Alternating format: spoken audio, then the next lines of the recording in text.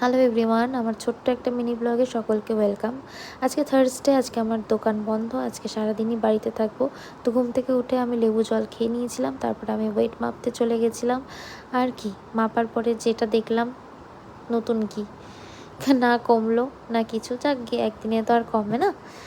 তো তারপরে মা আমাকে লাড্ডু দিল প্রসাদে, আর আমি লাড্ডুর লোভ সামলাতে না পারি আমি সেটা খেয়ে নিয়েছিলাম। তারপরে আমার ওয়ার্কআউট স্টার্ট করেছি। মিডলে কিন্তু আমি অনেকটা জল খাচ্ছিলাম, মানে ওই যে শসা লাড্ডুটা দেখলে, তারপরে আমি অনেকটা জল খেয়ে আস্তে আস্তে জল খাচ্ছিলাম আর ওয়ার্কআউট করছিলাম। প্রায় আজকে 1 ঘন্টার মতো, 1 ঘন্টারও বেশি আমি ওয়ার্কআউট করেছি। কালকে করেছিলাম 40 মিনিট, এবং গ্যাপিংয়ে আমি 15-20 মিনিট অন্তর অন্তর জল খাচ্ছিলাম।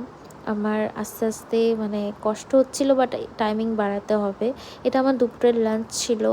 লাঞ্চে একটা মাছ, এটা কিন্তু মাছ, ঠিক আছে, মাছ ছিল। তারপর আমি একটুখানি শশা খেয়ে নিয়েছিলাম বিকেল 5টার সময়, আর 6টার সময় টি খেয়েছিলাম, গ্রিন টি। আর তারপরে একদম ডাইরেক্ট ডিনার। চলো নেক্সট ভিডিও নিয়ে আবার দেখা।